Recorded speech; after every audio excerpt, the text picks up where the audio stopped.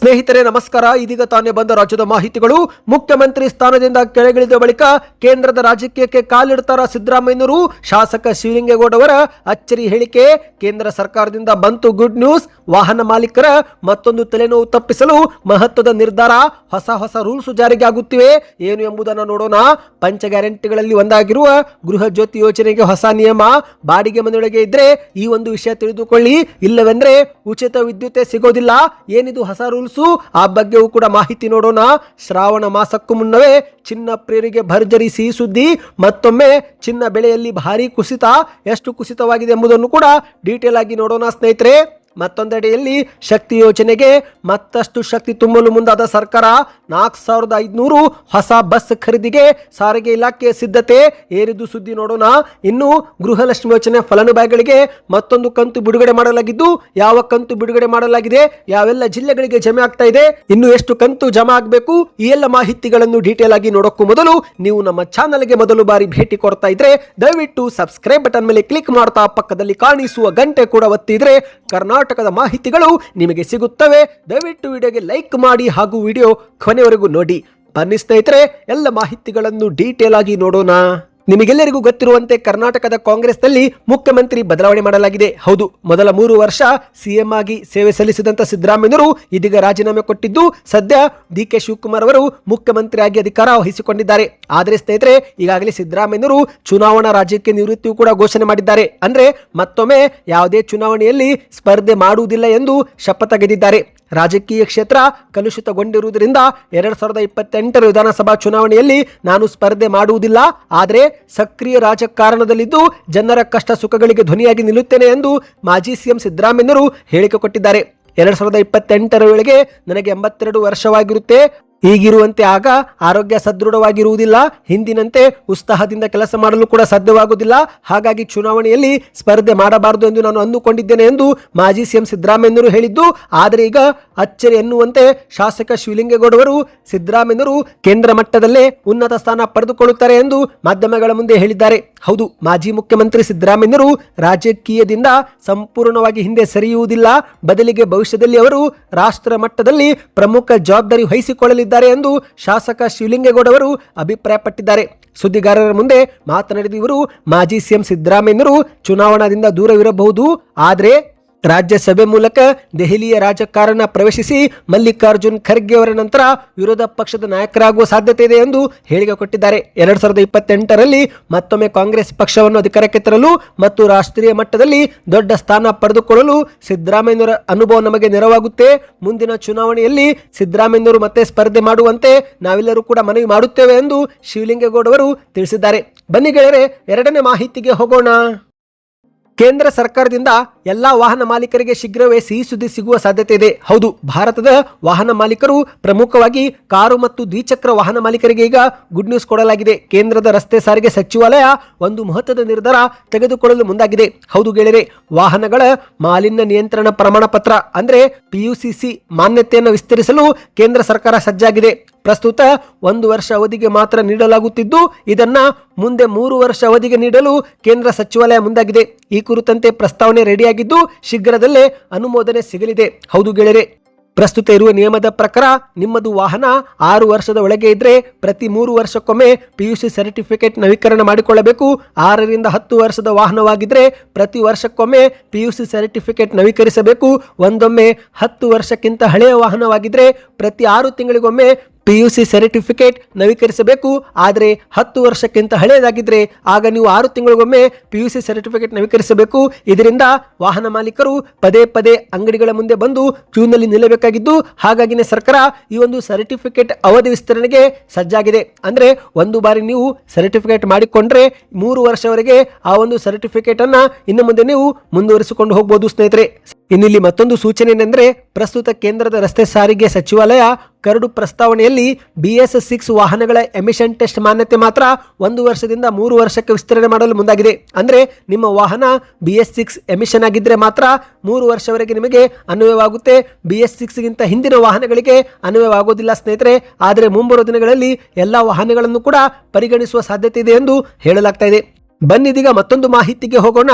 ಗೃಹ ಜ್ಯೋತಿ ಯೋಜನೆ ಫಲಾನುಭವಿಗಳಿಗೆ ಮುಖ್ಯವಾದ ಸೂಚನೆ. ಅದರಲ್ಲೂ ನೀವೇನಾದ್ರೂ ಹೊಸದಾಗಿ ಬೇರೆ ಬಾಡಿಗೆ ಮನೆಗೆ ಹೋಗುತ್ತಿದ್ರೆ ಈ ಮಾಹಿತಿ ನಿಮಗೆ ತುಂಬಾನೇ ಮುಖ್ಯ. ಹೌದು ಗೆಳೆಯರೆ, ಪಂಚ ಗ್ಯಾರಂಟಿ ಯೋಜನೆಗಳಲ್ಲಿ ಮತ್ತೊಂದು ಜನಪ್ರಿಯ ಯೋಜನೆ ಅಂದ್ರೆ ಗೃಹ ಜ್ಯೋತಿ ಯೋಜನೆ. ಪ್ರತಿ ಮನೆಗೆ ಗರಿಷ್ಠ ಮಟ್ಟದಲ್ಲಿ 200 ಯೂನಿಟ್ ಉಚಿತ ವಿದ್ಯುತ್ ಅಥವಾ ಹಿಂದಿನ 12 ತಿಂಗಳ ವಿದ್ಯುತ್ ಬಳಕೆಯ ಸರಾಸರಿ ಆಧಾರದ ಮೇಲೆ ಇಂತಿಷ್ಟು ಉಚಿತ ವಿದ್ಯುತ್ ಅನ್ನ ಪ್ರತಿ ಮನೆಗೆ ಕೊಡಲಾಗುತ್ತೆ.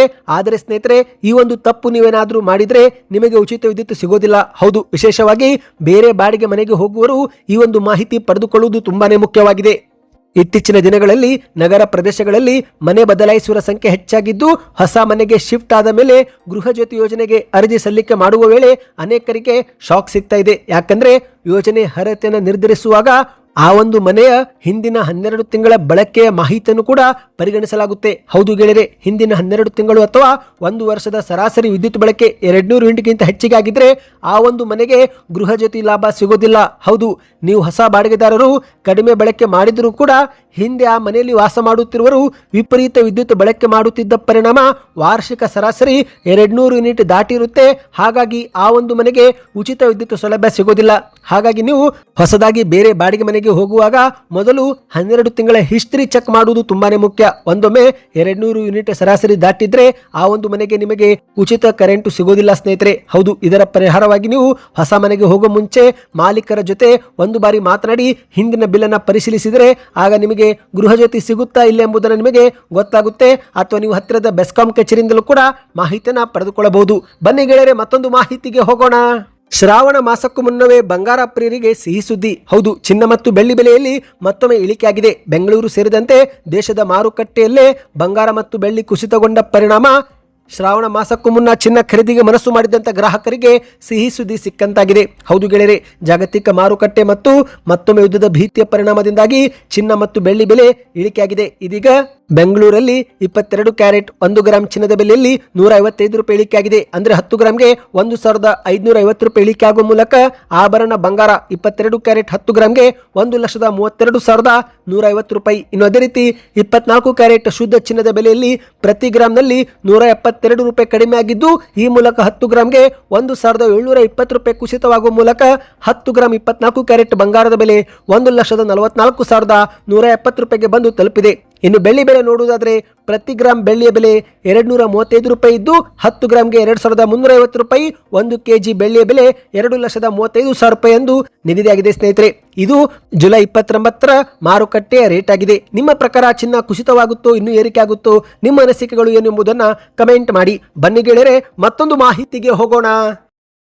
ರಾಜ್ಯದಲ್ಲಿ ಮಹಿಳೆಯರಿಗೆ ಉಚಿತ ಬಸ್ ಪ್ರಯಾಣ ಶಕ್ತಿ ಯೋಜನೆ ಜಾರಿಗಾದ ಬಳಿಕ ಕೆಎಸ್ಆರ್ಟಿಸಿ, ಬಿಎಂಟಿಸಿ ಸೇರಿದಂತೆ 4 ಸಾರಿಗೆ ನಿಗಮ ಬಸ್ಗಳಲ್ಲಿ ಪ್ರಯಾಣಿಕರ ಸಂಖ್ಯೆ ಭಾರಿ ಪ್ರಮಾಣದಲ್ಲಿ ಏರಿಕೆಯಾಗಿದೆ. ಹೌದು ಗೆಳೆಯರೆ, ಇದೀಗ ಹಳೆಯ ಬಸ್ಸುಗಳು ಗುಜರಿಗೆ ಸೇರುವ ಹಿನ್ನೆಲೆಯಲ್ಲಿ ಪ್ರಯಾಣಿಕರಿಗೆ ಮತ್ತೆ ಸಮಸ್ಯೆ ತಪ್ಪಿಸಲು ಸಾರಿಗೆ ಇಲಾಖೆ ಮುಂಜಾಗೃತಾ ಕ್ರಮವಾಗಿ 4,500 ಹೊಸ ಬಸ್ ಖರೀದಿಗೆ ಮುಂದಾಗಿದೆ. ಹೌದು, ಇಂದು ಪ್ರತಿದಿನ 4 ಸಾರಿಗೆ ನಿಗಮಗಳಲ್ಲಿ ಏನಿಲ್ಲವೆಂದರೂ ಸುಮಾರು 1 ಕೋಟಿಯಿಂದ 1.5 ಕೋಟಿ ಪ್ರಯಾಣಿಕರು ಸಂಚಾರ ಮಾಡ್ತಿದ್ದಾರೆ. ಹಲವು ಮಾರ್ಗಗಳಲ್ಲಿ ಬಸ್ಗಳ ಕೊರತೆ ಇರುವುದರಿಂದ ಪ್ರಯಾಣಿಕರು ಬಸ್ಗಳಲ್ಲಿ ನಿಲ್ಲಲು ಕೂಡ ಜಾಗವಿಲ್ಲದಷ್ಟು ಒತ್ತಡ ಎದುರಿಸುತ್ತಿದ್ದಾರೆ.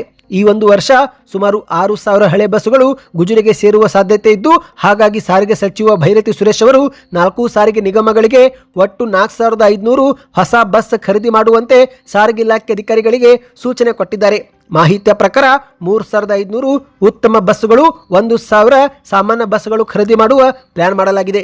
ಹೌದು ಗೆಳೆಯರೆ, 3,500 ಉತ್ತಮ ಬಸ್ ಅಂದ್ರೆ fly bus, Ambari, Airavat, Ambari dream class, Airavat club class, Rajahamsa ಸೇರಿದಂತೆ ಒಟ್ಟು ವಿವಿಧ ಸೇವೆಗಳಿಗೆ 3,500 ಈ ಒಂದು ಬಸ್ ಖರೀದಿಸುವ ಯೋಜನೆ ರೂಪಿಸಲಾಗಿದ್ದು, ಉಳಿದಂತ 1,000 ಬಸ್ಗಳನ್ನು ಇದುವರೆಗೆ ಬಸ್ ಸೇವೆ ಇಲ್ಲದ ಗ್ರಾಮಗಳಿಗೆ ಸಂಪರ್ಕ ಕಲ್ಪಿಸಲು ಅನುಮತಿ ಕೊಡಲಾಗಿದೆ. ಅಂದ್ರೆ ಯಾವ ಒಂದು ಕ್ಷೇತ್ರಗಳಲ್ಲಿ ಬಸ್ಗಳ ಕೊರತೆ ಇದೆಯೋ ಆ ಒಂದು ಕ್ಷೇತ್ರಕ್ಕೆ ಆದ್ಯತೆ ಕೊಡಲು ಮತ್ತೆ 1,000 ಬಸ್ ಖರೀದಿಗೆ ಸೂಚನೆ ಕೊಡಲಾಗಿದೆ. ಬನ್ನಿ ಗೆಳೆಯರೆ, ಕೊನೆಯ ಮಾಹಿತಿಗೆ ಹೋಗೋಣ.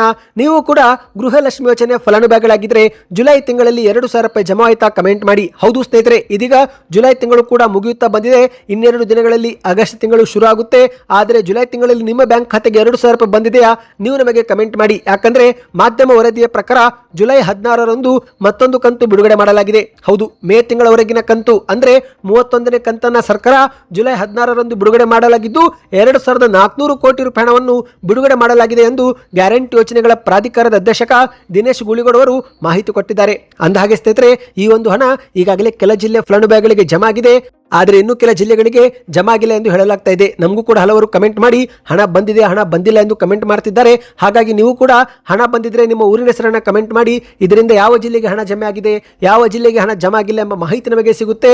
ಇನ್ನು ಸರ್ಕಾರ ಮೇ ತಿಂಗಳವರೆಗಿನ ಕಂತನ್ನ ಕ್ಲಿಯರ್ ಮಾಡಿದ್ದು, ಜೂನ್ ಮತ್ತು ಜುಲೈ ತಿಂಗಳ ಕಂತು ಅಂದ್ರೆ ಒಟ್ಟು 4,000 ರೂಪಾಯಿ ಈಗಲೂ ಕೂಡ ಬಾಕಿ ಉಳಿದಿದೆ. ಬಹುಶಃ ಆಗಸ್ಟ್ ತಿಂಗಳಲ್ಲಿ ಮತ್ತೊಂದು ಕಂತು ಬಿಡುಗಡೆ ಮಾಡಲಾಗುತ್ತೆ ಸ್ನೇಹಿತರೆ. ಅಲ್ಲಿವರೆಗೆ ಕಾದು ನೋಡೋಣ. ಮತ್ತು ಈ ಒಂದು ಮಾಹಿತಿಗಳು ನಿಮಗೆ ಇಷ್ಟವಾಗಿದ್ರೆ ಚಾನಲ್ಗೆ ಸಬ್ಸ್ಕ್ರೈಬ್ ಮಾಡಿಕೊಳ್ಳಿ. ಈ ಒಂದು ವಿಡಿಯೋಗೆ ಲೈಕ್ ಮಾಡಿ ಹಾಗೂ ವಿಡಿಯೋನ ಆದಷ್ಟು ಶೇರ್ ಮಾಡಿ.